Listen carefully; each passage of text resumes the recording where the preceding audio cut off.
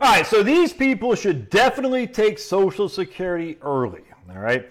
And if you're wondering why I got a little polo shirt on, just got back from my 25th wedding anniversary dinner.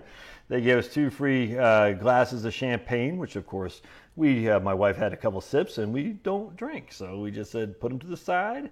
I said, can I get that as a root beer to go, please? Actually, I didn't say that, but it was fun. So get to look over my beautiful, whisper sweet nothings and come back and watch on TV and go to bed.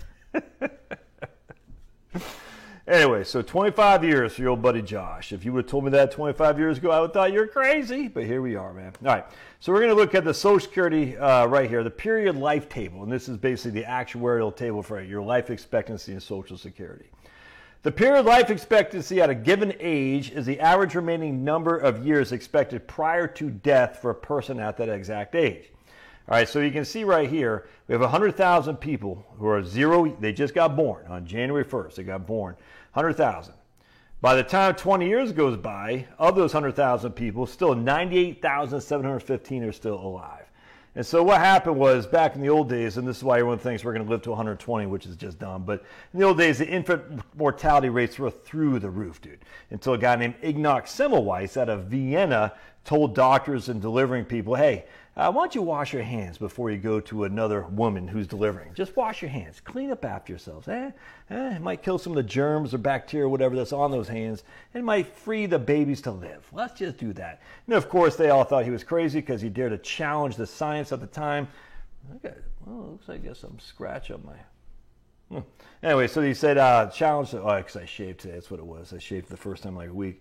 And so they sent him to a loony bin where he was beaten to death. That's the life story of Ignaz Semmelweis. He actually saved millions upon millions and millions of people. And for his no good deed goes unpunished, he ended up dying in a loony bin. Crazy, because he challenged the science. All right, so we're going to come down here at 62 years old. All right, so we got right here, of the 100,000 people who started out at the year 0, 78,000 are still alive at 62. How many of those are still alive at 80? 44,000 are still alive at 80. All right, so that means basically 56%. If we take right here, 44,000, divide that by 78,000. That's a 56% of the people are still alive at the age of 80 from 62. Everybody getting me? That makes sense? Which means 44% of the people are dead. All right.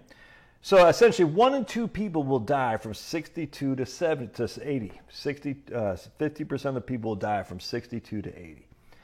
If you're one of those 2 people, you should take Social Security early. Why? Because the break-even rate for Social Security is about 78 to 81 or so, depending on multiple things, but generally speaking, 80 roughly. If you live beyond 80, if you want to make the most for Social Security, you should have taken Social Security at your full retirement age or later. If you're going to die before 80, for the max benefit, you should take Social Security at your earliest possibility, which is 62. All right, so that's just a fact. If you think you're going to live beyond 80, in terms of just this one thing in a vacuum, where do I get my biggest bang for Social Security? If you think you're going to live beyond 80, you should wait to take Social Security. If you think you're going to die before 80, you should take Social Security as early as possible. So in this case, we can identify that half the population from 62 to 80 will die. Half of them. Not quite half, but almost half.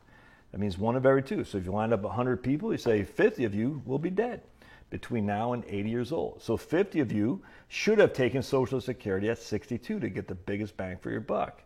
50 of you should have waited beyond 62 to get the biggest bang for your buck. It's quite easy, too, to figure out who's most likely to survive. Obesity, heart issues. I was talking to a guy the other day who had double bypass. He's not likely to survive till he's 80. He could, he might, but most likely not. What we already talked about, obesity, smoke a lot of cigarettes, you're out of shape, it runs, you don't have longevity in your family. These people probably have a pretty good gauge. They're probably not going to live beyond 80. Now, they could, but most likely they won't. And as such, it's a pretty good reason to say, my dad died at 76. He smoked the day he died. He smoked like a chimney. Never got any exercise. He's been smoking since he's 13 years old, and he had a couple of issues. So he died at 76. Will I die at 76? Probably not, because I don't smoke, I don't drink. My dad was sober for the last 30 years of his life, but he still drank a lot, and he took a lot of drugs and whatnot. But anyway, the long story short is he did not engage in any healthy activity. He didn't go for a walk very often. He's just not a good health-wise guy. He wasn't fat or anything. He was 6'1", but he just never got any exercise, and he smoked all the time. Not likely that guy is going to live beyond his 80. Just not. And he didn't. He lived till he's 76. My mom is still around. She's 78. She smoked like a chimney. I think she just recently quit. Never got any exercise in the last probably 40 years or anything like that. She's been in the sun her whole life, so probably skin cancer, all that. She's probably not going to survive. She'll probably survive to 80 or so, but her sister died at 44 from breast cancer. I highly suspect my mom won't live more than another 5 years or so. So she'll probably die at 83. So my longevity, 76 on my dad's side, 83 on my mom's, assuming that my mom dies, lives even that long, and that put me right at 80, essentially, if that makes sense. Now, for me, though, I don't smoke and I don't drink. I exercise and all that stuff. I get a good night's sleep. I absolutely expect to live beyond 80.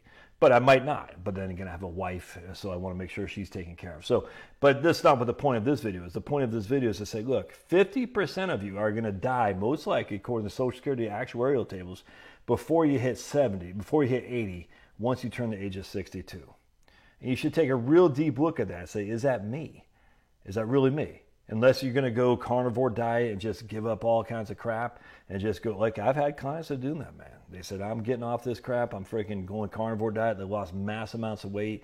Their diabetes is uncontrolled. They give up all their prescription drugs. They're freaking crushing. And so, oh man, they're going to be crushing. But that might not be you. You might be some genetic thing. I mean, who knows? But you really got to say to yourself, what's the likelihood I'm going to live beyond 80? If the likelihood is very small, then you might want to take Social Security early. Something to think about. All right, love your thoughts. God bless. And don't forget to ogle the like button. Ogle it with your hands. Ogle it. All right, God bless. We'll see you.